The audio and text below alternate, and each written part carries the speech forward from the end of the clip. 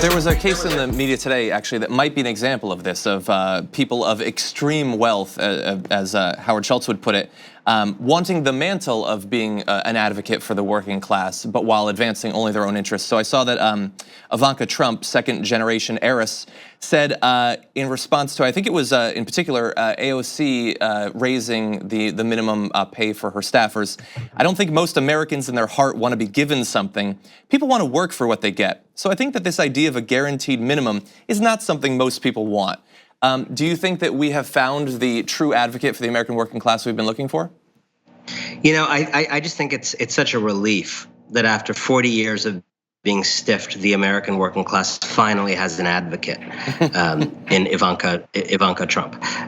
She may not look or have the gritty fingernails of an advocate of the common man, but there she is. Look, today's statement was so remarkable, and I think with the Trumps, it's always worth reminding us that they're not sui generis. It's not just about them. They embody these things that are true of the age. So let's just parse her statement that most people don't want to, and she was talking about specifically this kind of federal job guarantee as part of a Green New Deal, these kind of ideas, which are usually linked to work.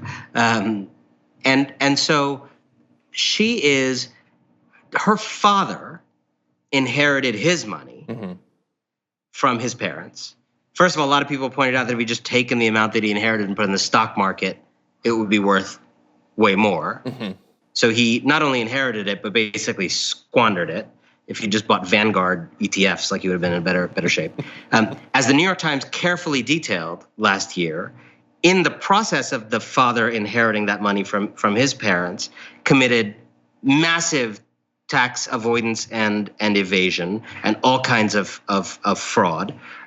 So that money was kind of fraudulently passed down in the volume it was. And now she is the second generation heiress, as you said, now benefiting from that. So she is inheriting actually two separate sources of money mingled together. One is her father's and grandparents, which raises the question of whether she's truly a believer in working for what you earn. But the second source of money that is mingled amid that money is actually your and my money and the money of everybody listening to this, which is taxpayer money that was properly owed to the United States, which was not paid to the United States and was instead fraudulently cornered by the Trump family.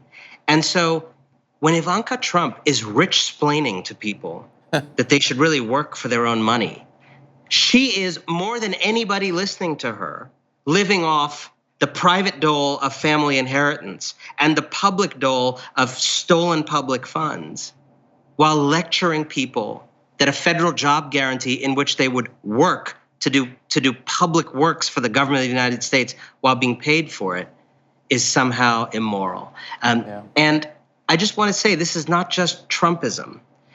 This is a move of the billionaire class in general, where it is actually they who live off of public money in so many ways. Their philanthropy is tax subsidized. Their monopolies only exist because the federal government doesn't do antitrust, which is only the case because they lobby so much to prevent that outcome.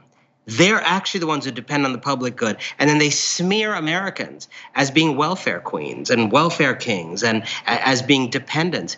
When it isn't, like, if you are confident about your chances in the free market, you don't need to lobby. Yeah. How many companies at that level don't lobby?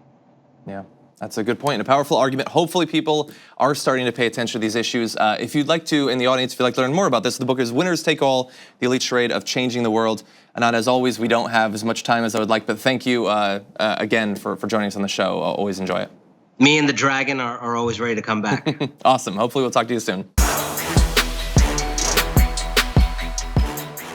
Thank you very much for watching this clip from The Damage Report. If you liked it, don't forget to subscribe to this channel and ring the bell on YouTube to get notifications of our new videos. And of course, you can catch the full Damage Report live every weekday at 1 p.m. Eastern, 10 a.m. Pacific on TYT Network on YouTube TV.